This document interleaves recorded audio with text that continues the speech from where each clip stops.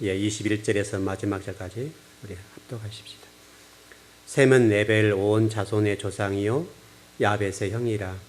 그에게도 자녀가 출생하였으니 셈의 아들은 엘람과 아스로와 아르박삭과 룻과 아람이요 아람의 아들은 우스와 훌과 게델과 마스며 아르박삭은 셀라를 낳고 셀랄은 에벨을 낳았으며 에벨은 두 아들을 낳고 하나의 이름은 벨렉이라 하였으니 그때 세상이 나뉘었으며 벨렉의 아우의 이름은 욕단이며 욕단은 알모닷과 셀렙과 하살마일과 에라와 하도람과 우살과 디글라와 오발과 아비마일과 스바와 오빌과 하웰라와 요바를 낳았으니 이들은 다 욕단의 아들이며 그들이 거주하는 곳은 메사에서부터 스발로 가는 길의 동쪽 산이었더라. 이들은 셈의 자손이니 그 족속과 언어와 지방과 나라대로였더라. 이들은 그 백성들의 족보에 따르면 노아 자손의 족속들이요 홍수 후에 이들에게서 그 땅의 백성들이 나뉘었더라. 아멘. 노아에게는 세 아들이 있죠. 셈과 함과 야벳, 이제 세 아들인데 하나님의 어떤 백성이라 할까요? 하나님의 백성은 계보적으로 볼 때에 셈과 함과 야벳 가운데 셈족을 흘러서 내려왔어요. 그러니까 셈족에 의해서 하나님의 족보가 쭉 내려와요. 함과 야벳이 있죠. 그런데 함과 야벳은 좀 뒤로 쳐져 있고 함의 후손들은 어떤 하나님의 저주를 받은 민족이 되었고요. 어떤 분명한 것은 하나님의 어떤 구원사가 셈족에 의해서 이어져 오고 있다라고 하는 거고요. 그렇게 우리나라에 흘러 들어왔는데 이제 우리가 이것을 많이 놓친 거죠. 그동안에 우리 민족이 복음이 희석되고 어떤 욕단부터 흘러들었던 이 복음이 희석되고 다시 서구 선교사를 의해서 복음이 전파되지 않았습니까? 그러니까 그럼에도 불구하고 우리 민족성 속에 문화 속에 깊이 뿌리 박힌 것들이 많아요. 예를 들어서 여러분 계란을 옛날에 뭐라고 하죠? 계란. 예? 예. 달걀. 알이라고 그랬죠, 여러분. 알. 그러니까 저희 어렸을 때 지금은 이제 계란이라고 그럽니다만은 달걀이라고 하기도 하고 계란이 표준말인가요? 계란이 표준말이죠. 예. 달걀은 이제 시골 말인데 옛날에는 알 그랬어요, 알. 계란이라고 안 했어요, 옛날에는. 알이라서 알. 알이라고 그랬단 말이에요. 이게 이제 무슨 말이냐면 우리도 모르는 사이에 신앙이 전수된 거예요. 이제 뒷부분 좀 설명 좀 드리겠는데 이 알이란 말이 전번에 하나님이라고 그랬죠. 중요한 건데 근데 실질적으로 이렇게 어떤 욕단에 의해서 전해졌던 이 복음이라고 하는 것들이요. 한동안은 사라졌습니다. 그래가지고 19세기 말에요. 그 우리나라를 굉장히 사랑했던 미국인이 있었는데 호머 홀버트라는 사람이 1949년에 이제 죽은 사람이거든요. 1863년부터 1949년 선교사인데요. 호머 홀버트라는 사람인데 이 사람이 미국에 가가지고 우리나라 이 아리랑이라는 곡을 있잖아요. 오선지에 처음으로 이렇게 그린 사람이에요. 그래서 우리나라 사람들이 즉흥적으로 노래를 잘하잖아요. 즉흥적으로 잘한 것들을 가지고 이 호머 홀버트라는 선교사가 이 구전으로 전해오던 아리랑이라는 곳을 처음으로 서양에다 소개한 사람이에요. 그리고 이 사람에 의해서 아리랑이라는 곡이 다시 회복이 된 거예요. 굉장히 중요한 사람인데 이게 선교사인데 이 선교사가 아리랑이라고 하는 것들을 통해서 우리나라의 이 어떤 찬송과 같은 이 곡을 오선지에 글을 그려서 이제 구전으로 불린 노래니까요. 지방마다 이 아리랑 노래가 다 다르죠. 조금 다르죠. 그러나 끝은 후렴구는 똑같죠. 똑같은데 그것을 보면 호머 홀버트라는 사람이 이렇게 얘기했어요. 아리랑은 조선인들에게 쌀과 같다. 그러면서 조선 사람은 즉흥곡의 명수로 바이런이나 웨즈워드에 못지않는 시인들이다. 우리 국민들은 이렇게 장단만 들어가면 그 노래를 만들어내잖아요. 계속 말로서 계속 이어가는 그런 노래를 잘하잖아요. 즉흥 곡들을 잘하는데 이게 우리 민족성이에요. 그 민족성 속에 이 아리라는 곡을 구전으로 쭉 내려왔던 것들이 여기까지 온 거예요. 근데 그것을 한동안 잊어버렸죠. 잊었던 것을 호모 헐버트라고 하는 이 선교사가 이런 어떤 아리랑 곡이라는 것들이 이 욕단에 의해서 흘러내려왔다. 이런 것들 조금 펼쳐놓은 것들이란 말이죠. 어떤 중요한 것은 여기서 한 가지 정리할 것은 우리가 하나님 말씀대로 산다. 사실 이게 굉장히 어려운 길이거든요. 왜냐하면 하나님을 빼면 누가 잘 알아주지 않잖아요. 진리의 길을 걸어간다. 또 샘족으로서 욕단처럼 어떤 진리의 말씀을 따라 걸어간다. 굉장히 험난한 길이잖아요. 험난한 길이기 때문에 이 길을 걷는다고 하는 것은 굉장히 어려워요. 근데 지금 어떤 하나님께서는 욕단을 통해서 우리에게 뭔가를 말씀하시는 건데 역사에 감춰졌던 우리 신앙의 선조, 이 신앙의 선조들에 관해서 좀 많은 학자들을 통해서 밝혀주고 계세요. 저도 이게 좀 들어가서 보는데 여러 학자들이 이 욕단에 대해서 많이 연구를 해놨더라고요. 많이 연구를 해놓고 그 연구해 놓은 자료들 저도 보기도 하고 그러는데 그런 자료들을 보니까 참 많은 분들이 이 욕단이라는 분을 통해서 우리에게 복음이 전해 들어왔던 이 신앙의 뿌리 이것들을 찾는데 굉장히 많이 노력을 했어요. 어떤 목사님 같은 경우를 이렇게 보니까 이렇게 글을 써놓으셨더라고요. 이 아리랑의 노래가 찬송가였다라고 하는 말에 대해서 반감과 반문을 가지고 아니다. 그렇게 시작해서 이 연구를 하셨어요. 그리고 결국은 그분이 맞다. 이 욕단이란 우리 신앙의 선조가 이렇게 흘러내려와서 아리랑한 곡으로 찬송가를 이어서 우리에게 복음을 전해주셨다. 이런 결론을 맺었어요. 왜냐하면 공부를 해서 들어가면 자료를 찾아 들어보니까 정말로 맞거든요. 이게 아니다고는 논증하기 위해서 공부를 한 분이에요. 아니다. 이건 아니다라고 강하게 부정했던 분인데 부정하면서 공부를 시작한 거예요. 그래서 그분도 나중에는 결국은 욕단이 우리 한국인의 신앙의 선조다. 이렇게 밝혔습니다. 그러니까 여기서 한 가지 배울 수 있는 것은 이 신앙생활은 누가 알아주고 안 알아주고의 문제가 아니라 끝까지 진리의 길을 걸어놓으면 우리에게는 잊혀질 수가 있고 우리의 내리 속에서 사라질 수가 있겠는데 하나님은 언젠가는 저와 여러분을 증거 삼아줄 날이 있다. 천지를 불어서 증거를 삼겠다라고 말씀하신 것처럼 반드시 누군가를 통해서 우리를 증명해 줄 날이 있습니다. 그것이 굉장히 중요한 것 같아요. 그래서 여러분이 어떤 어려운 일이 있다 하더라도 철저하게 진리의 길을 따라 걷고 철저하게 하나님의 말씀의 길을 따라 걷는다고 하는 것은 굉장히 복되다. 왜냐하면 하나님이 언젠가는 저와 여러분을 높여줄 날이 있다. 드러낼 날이 있다. 욕단이라는 사람 우리가 몰랐잖아요, 여러분. 그래서 한국 교회가 욕단 지금도 거의 잘 얘기가 되지 않는 분인데 어떻든 우리 신앙의 셈의 후손이죠. 이 셈의 후손에 의해서 우리 한반도, 이 만주 시베리아 이쪽에 틀을 잡고 살았던 우리 신앙의 선조다. 신앙을 위해서 그 바벨탑 니모롯을 거부하고 이 다실론을 거부하고 신앙을 따라서 이게 걸어왔다는 것은 우리가 굉장히 생각을 많이 해봐야 돼요. 여러분 생각해 보세요. 한번 우리 입장에서 정리를 해보면 정리가 돼요. 지금 많은 종교와 또 많은 신학자들 또는 많은 종교학자들이 많죠. 또 신앙인들 많죠. 불교인들 또 종교 불교, 기독교, 천주교 또 유교 여러 가지 종교가 있는데 그래서 많은 사람들이 얘기해요. 믿는 것은 다르지만 목표점 똑같다. 이렇게 해서 다실론을 얘기하고 그다음에 뭐 하나님과 뭐 부처나 기타 어떤 종교도 구원의 길은 다 똑같다. 이렇게 지금 얘기를 한단 말이죠. 바로 이 다실론이 지배하고 있고 현재 여러분 그 많은 이제 우리 신학자들 사이에서도 목회자 사이에서도요 신앙의 길을 걷는 문제에 대해서 너무나 극단적이다 이렇게 얘기도 하기도 하고 말씀 중심으로 가는 교회나 또 말씀을 이렇게 좀 보수적으로 믿는 어떤 일에 대해서 상당히 경계하는 부분도 있고 어떤 자유주의적인 입장에서 어떤 신학을 펼쳐서 논쟁하게 되어서 진리 말씀을 거부하는 어떤 사람들에 대해서 상당히 편협적으로 어떤 신앙생활을 한다 이렇게 좀 얘기를 한단 말이죠.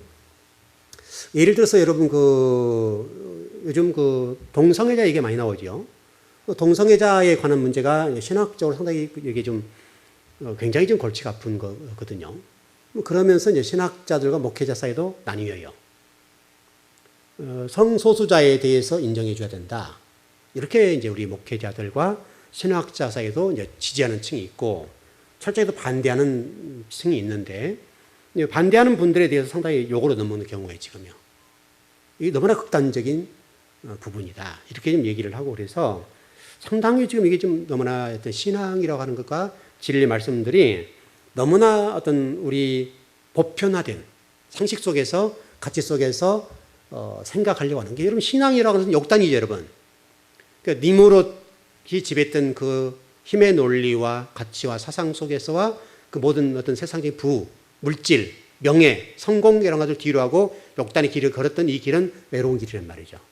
근데 지금 현재 이 성소수자들에 대한 여러 가지 반론 또는 지지 또 거기에 대해서는 잘못됐다. 성경적으로 이건 아주 잘못된 것이다.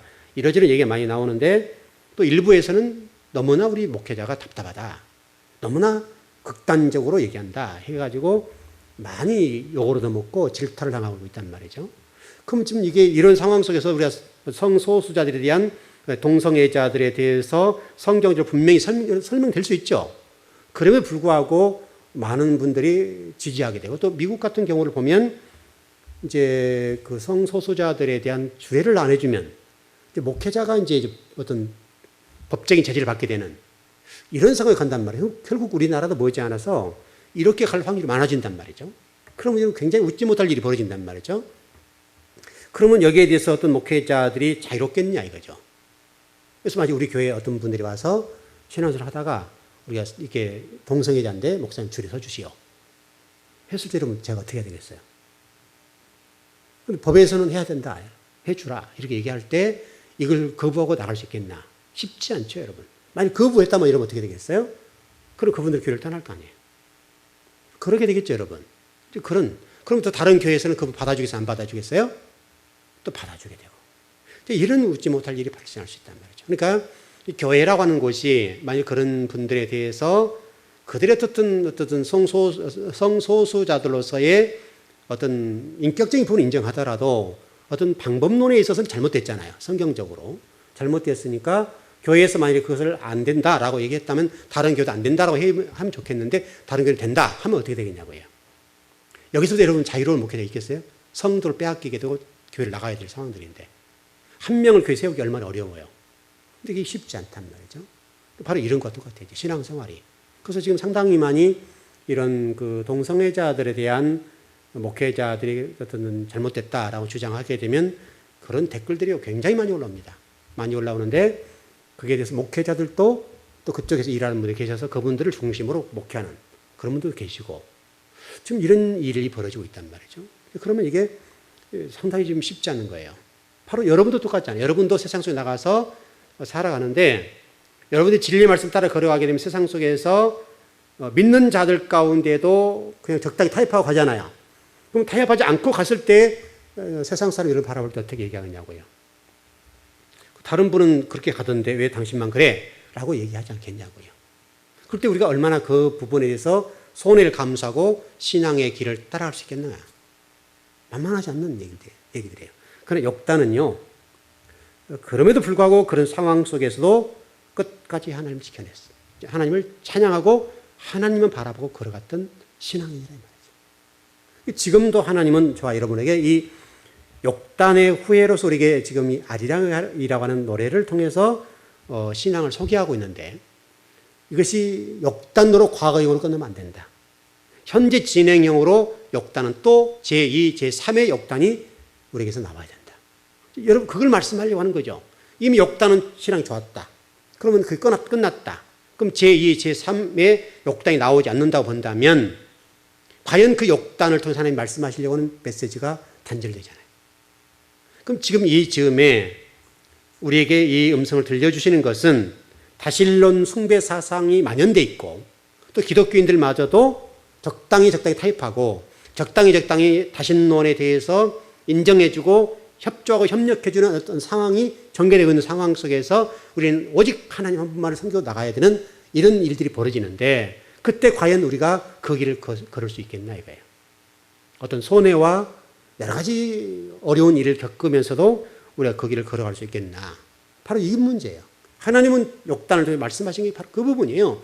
너희들도 마찬가지로 당시 욕단이 있었을 때 다실론 사상이 숭배했잖아요. 굉장히 팽배했잖아요. 여러분 아브람 같은 경우를 보십시오. 그 아브람 시대 같은 경우도 보게 되면 우상 숭배가 굉장히 만연했던 시대란 말이죠. 그리고 바벨론에 살았잖아요. 갈대 우르가 바벨론이라고 했으니까 이 바벨론 사상이 지배를 했단 말이에요. 전 세계를. 전 세계를 지배했을 때 유일신 하나님을 섬기고 그 하나님 따라 걸어간다고 하는 것은 얼마나 어렵냐고 지금. 얼마나 많은 손해와 얼마나 많은 피해를 당하면서 갈 수 있겠냐고. 니만 예수 믿냐? 니만 하나님 믿냐? 다들 그러지 않던데 너만 왜 그래? 이렇게 할 수 있단 말이죠. 그럴 때 우리는 과연 그런 것들을 뒤로 하고 하나님 한 분만을 섬기고 욕단처럼 신앙의 길을 걸어갈 수 있겠나? 하나님께서 우리가 그걸 물으시는 거예요. 너희들도 마찬가지 욕단처럼 그 길을 걸어가야 된다. 그럼 때론 여러분 생각해 보세요. 그때 당시에 벨렉이라고 하는 형이 지금 니모롯에 같이 동조하게 되고 바벨탑을 쌓는 일을 하게 되는데 여러분 얼마나 화려하게 보입니까? 또 문화가 발달되고 기술이 발달됐잖아요. 이 흙을 구워내는 그런 문화가 발달되는 이런 상황이 벌어지니까 그들 삶이 상당히 풍요로웠다는 것을 알 수 있고 상당하게 문화가 발전했던 것을 알 수 있잖아요. 왜냐하면 제가 일전에 설명드렸던 것처럼 그 당시에 우리는 지금 저 어렸을 때만 퍼센식 화장실이 있었지만 그때 당시에 그들이 쓴 화장실이 굉장히 좋았단 말이죠. 여러분 제가 인상 깊게 봤던 것이 뭐냐면 마사다라고 하는 곳에 가보면 그거 최후의 항전지죠, 여러분. 최후의 항전지인데 그 마사다라는 곳에 올라가 보면 산 위에 중턱에 산 위에 있는 건데 거기 가보면 과거에 수천 년 전에 사용했던 건데 이렇게 그 집에 아궁이 같은 것인데 이렇게 상당하게 고급스러운 그리고 불 이런 것들이 우리 마치 우리 옛날 아궁이 이런 형태의 모양을 그대로 가지고 있는데 시멘트로 되어 있어요. 시멘트 같은 걸로. 이런 돌 같은 것이 되어 있는, 그걸 깎았는지 모르겠어요. 어쨌든 그 시멘트로 딱딱 세워졌다고요. 그 정도 발달되어 있어요. 굉장히 발달되어 있단 말이죠. 바로 그런 어떤 문화와 여러 가지 면에 있어서 누릴 수 있는 것들을 뒤로 하고 여러분 강을 건너고 산을 건너서 이 시베리아 추운 곳으로 욕단이 왔다.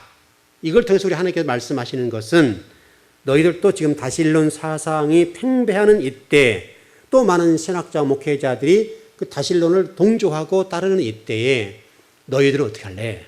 이렇게 묻는 거예요.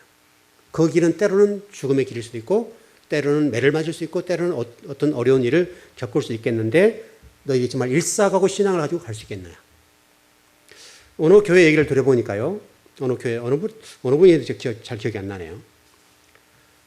요즘 교회, 여기 가까운 신창도 교회 얘기를 하시던데, 신창도 교회에도 지금 현재 이 메르스라고 하는 전염병이 와서 30% 출석을 안 한대요. 30%. 굉장히 많은 숫자죠, 여러분.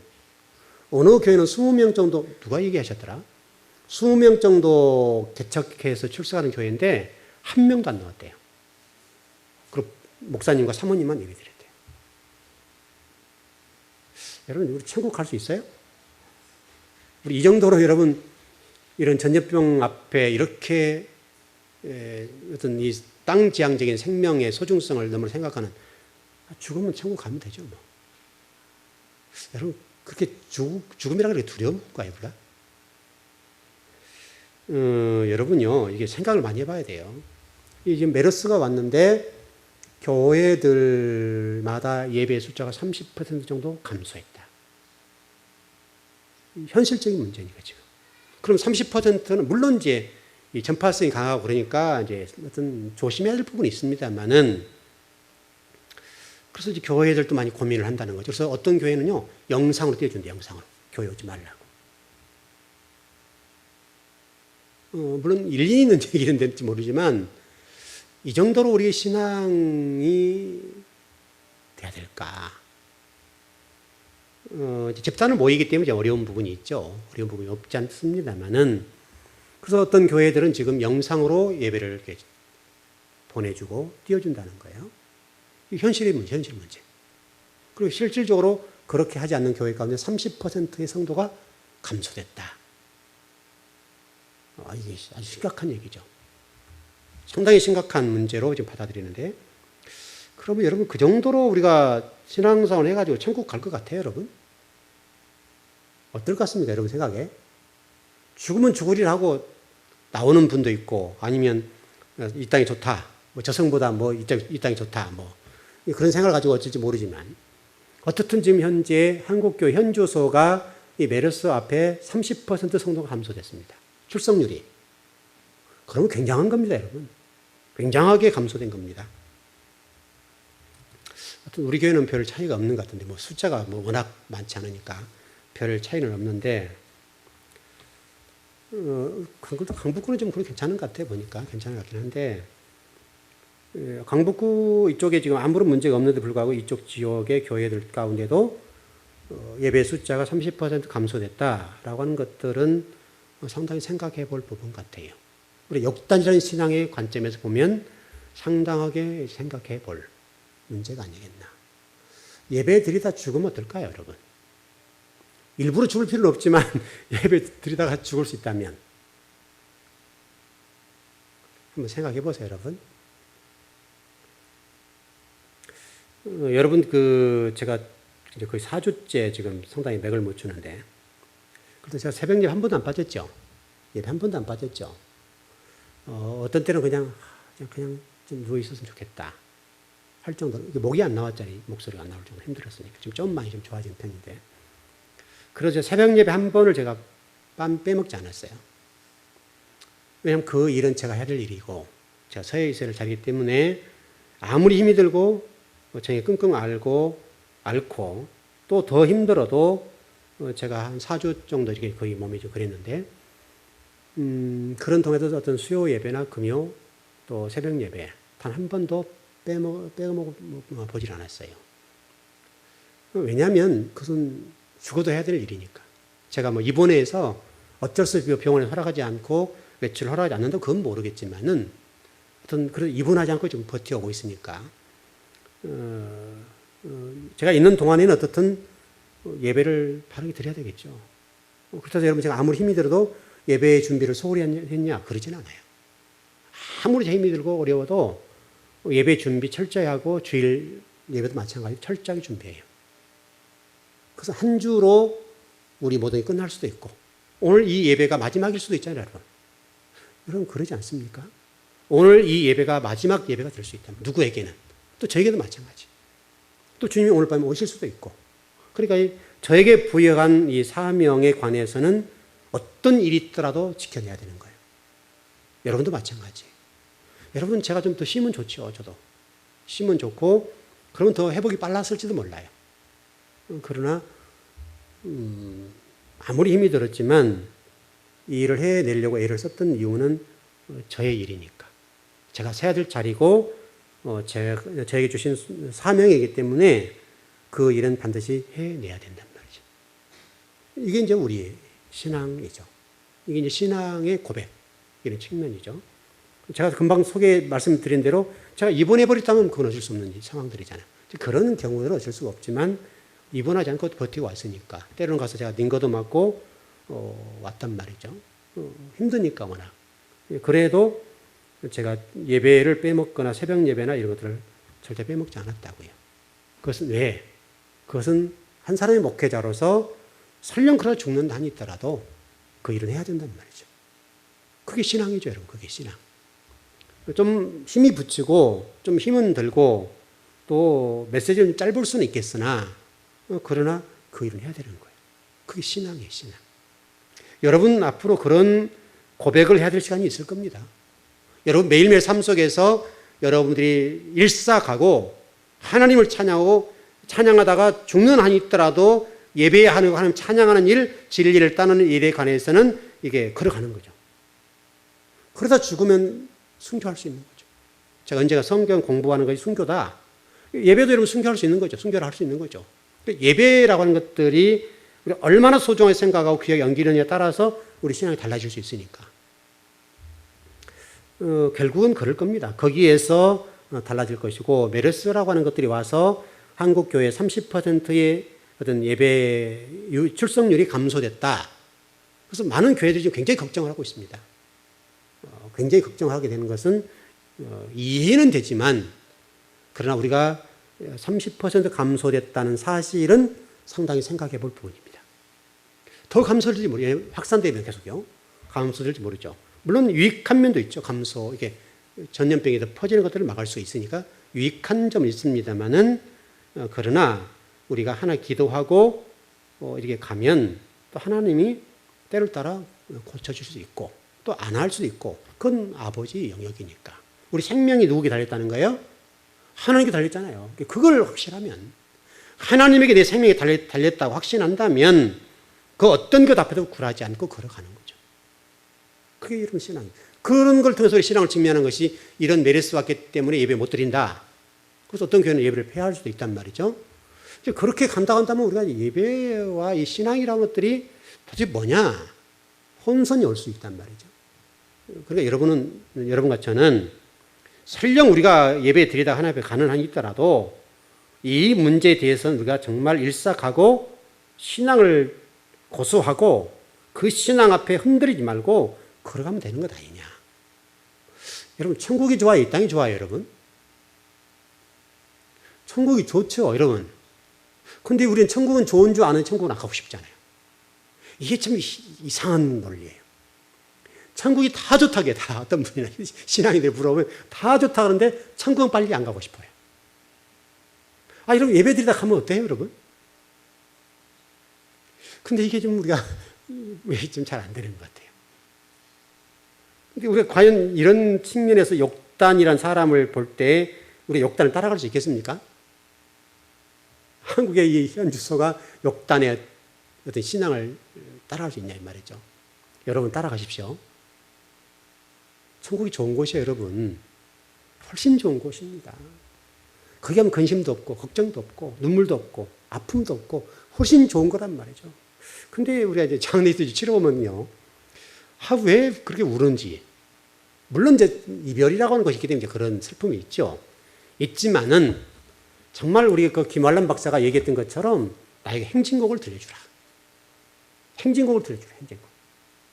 여러분, 그게 더 맞는 거 아닙니까?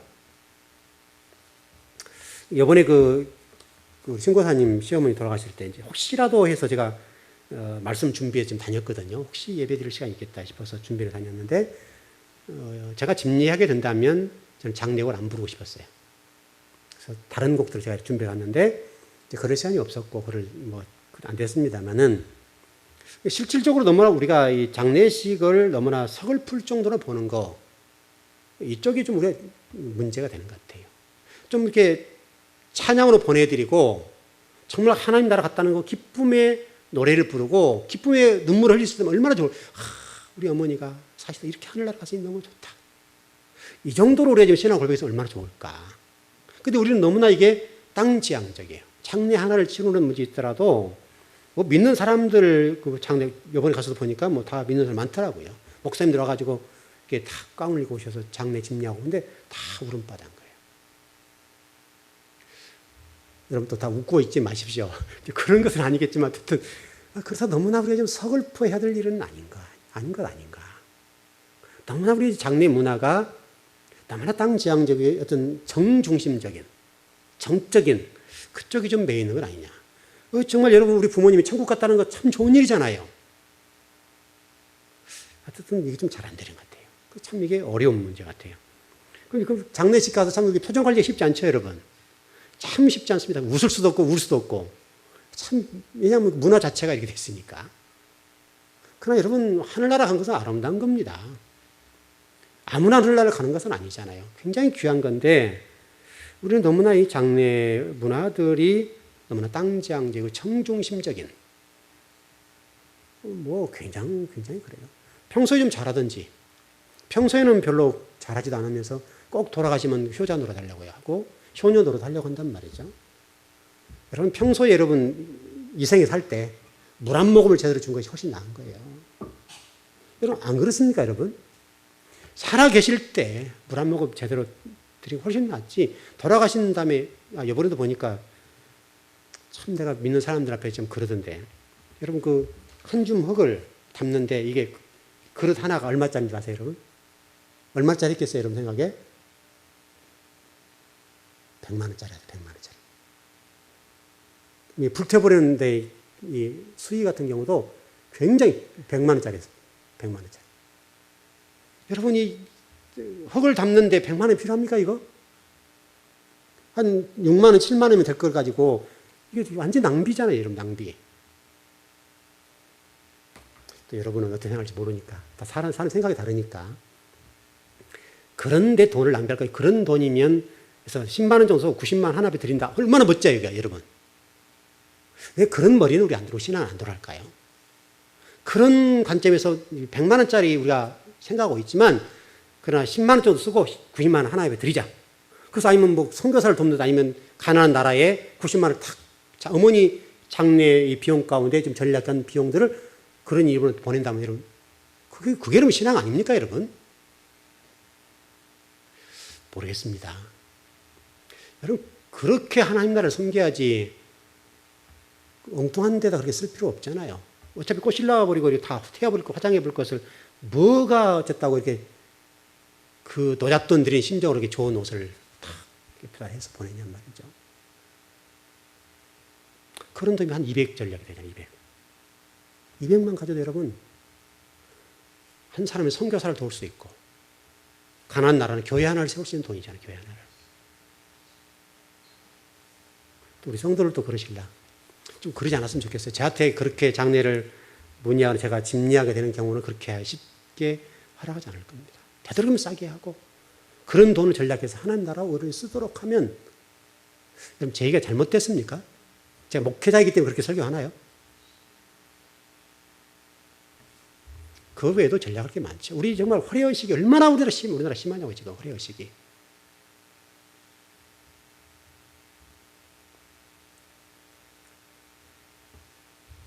저도 이제 애들이 성장해서 이제 할아버지가 될 나이 돼서 잘 모르겠습니다만은 아이들 이제 결혼하게 되면 이제 손자 손녀를 낳을 거 아닙니까?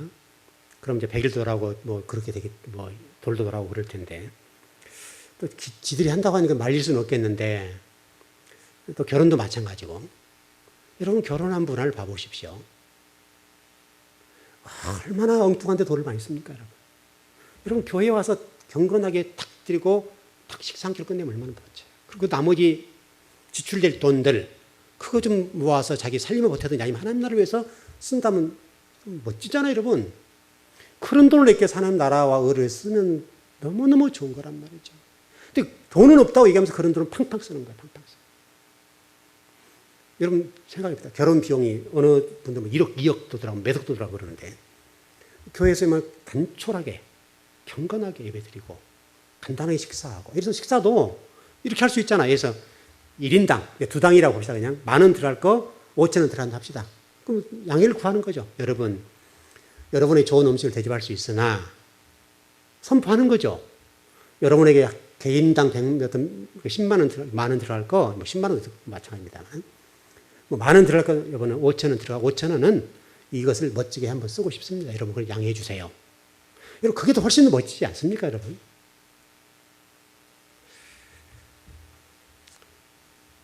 여러분이 어떻게 생각할지 모르겠네요. 여러분, 그게 신앙의 길이에요. 너무나 우리 믿는 사람들도 허례허식이요. 너무나 보여주는 문화가 너무나 많아요. 너무나. 그런 것만 우리 국가적으로 교회가 전략해줘도 우리나라 많은 애화를 전략할 수 있고 달러를 전략할 수 있고 얼마나 이 교회가 여러분 이런 일을 전략해주면 국가 민족을 위해서 큰일 할 수 있습니까, 여러분? 참 이게 우리 국민들이 믿는 자는 믿는 자는 똑같아요. 그런 일이 있어서. 자, 여러분 오늘 아침에 우리 새벽 예배 때 말씀을 나누었습니다만은 디모데전서 4장에서 이런 얘기 나왔죠. 거룩이라고 하는 것을 말씀할 때에 하나님 말씀과 기도로만 거룩해진다. 그 외에는 없습니다. 하나님의 말씀과 기도로 거룩해지는 거고 그 거룩을 위해서 달려가는 것이죠. 그래서 현대인들이 이 거룩을 향해서 가야 되겠는데 문제는 거룩으로 가는 데 있어서 하나님 말씀과 기도가 줄어들어가는 거예요. 여러분 수요일이나 주일이나 예배 숫자가 똑같아야 돼요. 원래는. 여러분 그러지 않습니까? 원래는 똑같아야 돼요. 그러나 새벽 예배나 수요, 금요, 주일 예배가 완전히 달라진다고요. 이게 큰 문제가 됐습니다. 오늘 그 디모데전서 4장에 보면 이런 말씀이 나와 있죠. 경건이라고 하는 것을 제가 오늘 그 헬라어 단어를 가지고 설명을 좀 드렸는데, 이 경건이라고 하는 헬라어 단어를 제가 쭉 찾아보니까 이렇게 되어 있습니다. 경건이 뭔가 자기 주장에서 하나님 주장, 하나님 중심, 자기 중심에서 하나님 중심으로 바뀌어가는 것, 이게 경건. 얼마나 명쾌합니까, 여러분? 경건이라고 하는 것은 나 거룩하다 이것이 아니라 내 주장, 내 중심에서 하나님 중심으로 가는 것. 여러분 그게 욕단이잖아요, 여러분. 욕단은 자기 중심에서 하나님 중심으로 자기를 들이니까 그 주어진 환경이 얼마나 힘들었냐고요. 자기 중심에 하나님 중심으로 바뀐다고 하는 것은 어려운 거예요, 여러분. 힘든 거예요. 쉽지 않아요. 그러나 욕단은 그럼에도 불구하고 자기 중심에서 하나님 중심으로 자기를 맡기고 진리한테 자기를 맡겨서 걸어간단 말이죠. 그러니까 이 산 넘고 물 건널 때, 강 건널 때 얼마나 많은 어려움이 있겠어요. 추위와 배고픔과 얼마나 그 사나운 짐승들에 의해서 얼마나 많은 죽음의 고비를 넘겼겠냐고요, 여러분. 그리고 주변에 있는 많은 후손들이 그 신앙의 예정 따라 갈 때에 얼마나 많은 사람들이 죽어 자빠졌겠어요. 성경에 그것을 기록되지 않았습니다만은 여러분 그냥 갈 때 아무 희생이 없이 갔겠습니까, 여러분? 12월까지 가는 동안에 아무런 희생과 아무런 어려움이 없겠냐고요, 여러분. 얼마나 많은 어려움이 있었겠어요, 여러분. 성경을 함축고 요약해서 말씀하고 있지 않을 뿐이지 여러분이 신앙의 길을 걸어보시면 알잖아요. 여러분이 신앙의 길을 걸어갈 때 여러분 얼마나 많은 희생을 치러야 됩니까?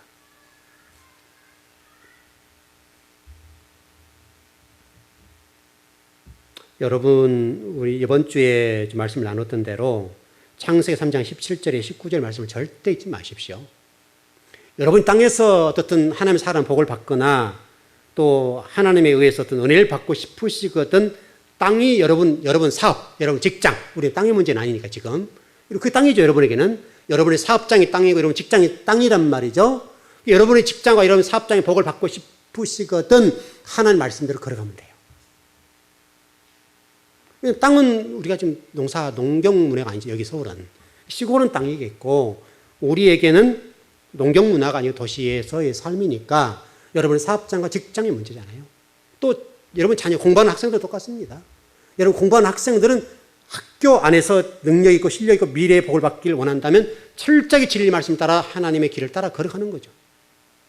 그러면 걸어가는 과정 속에 힘이 들고 어렵겠지만은 그러나 엉겅퀴와 가시덤불은 여러분 삶 속에 일어나지 않을 수 있단 말이죠.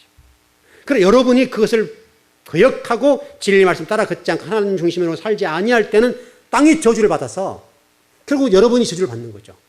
땅을 저주하니까 땅이 엉겅퀴와 가시덤불을 내어서 또는 우리 말라기 말씀대로 메뚜기가, 늦이, 황충이, 또 그다음에 그냥 한재가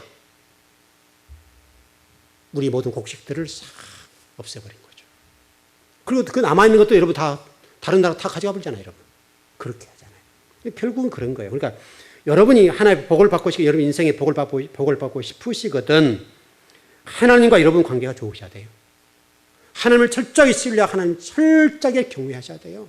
그거 외에 답이 없어요. 근데 우리는 이렇게 정확한 답을 가르쳐 주는데 우리가 안 따라갑니다. 여러분이 그 길을 안 따라가는 동안은 하나님 앞에 복을 받을 수는 없습니다. 그 생명의 복, 구원의 복, 인간적인 물질적인 복을 떠나서 모든 것을 포함해서 포괄적으로 말씀드릴 때 하나님을 경외하지 않고는 여러분 삶 속에 복이 없습니다. 복이 바라크라고 되어 있으니까. 그래, 그건 생명의 기운, 구원의 문제도 마찬가지고, 여러분 땅 어떤 물질적인 문제도 마찬가지고, 여러분 자녀 손들이 잘 되는 것도 마찬가지고, 하나님을 경외하지 않고는, 하나님을 경외하지 않고 진리의 말을 따라 걷지 않고는 하나님 복을 받을 수가 없습니다. 그게 왜냐하면 그 아담에게 하나님 저주하시니까 땅의 저주를 받아버리잖아요. 땅을 저주한 아담이 엉겅퀴와 가시덤불을 내고 땀을 흘려 산다 말씀하고 있잖아요. 좀 결론을 정리해 보겠습니다. 여러분, 우리나라에 사람이 죽으면 옛날 매장할 때 이 봉분하죠, 봉분. 봉분을 만들 때 어떻게 만들었습니까? 네모지게 만들었습니까? 동그랗게 만들었습니까? 동그랗게 만들었죠. 지금은 조금 이제 변형이 되어 가는데, 이제 뭐 석관이라고 할 때 좀 있어서 조금 변형이 됩니다만은, 그러나 봉분이 동그랗습니다. 여러분, 이게요, 그냥 주어진 게 아니에요.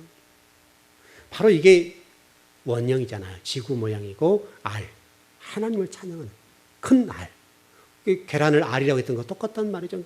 그러니까 우리 민족 속에 여러분, 이 욕단의 신앙이요, 깊이 뿌려내린 거예요. 사람 하나 죽어도 무덤 하나를 만드는데도 이 알, 하나님을 찬양하는 쪽에 다 문화가 스며들었단 말이죠. 우리가 그걸 몰랐을 뿐이죠. 여러분, 하나님을 철저하게 경외하십시오. 하나님이 그러니까 욕단을 지금이라도 우리에게 보여주시잖아요.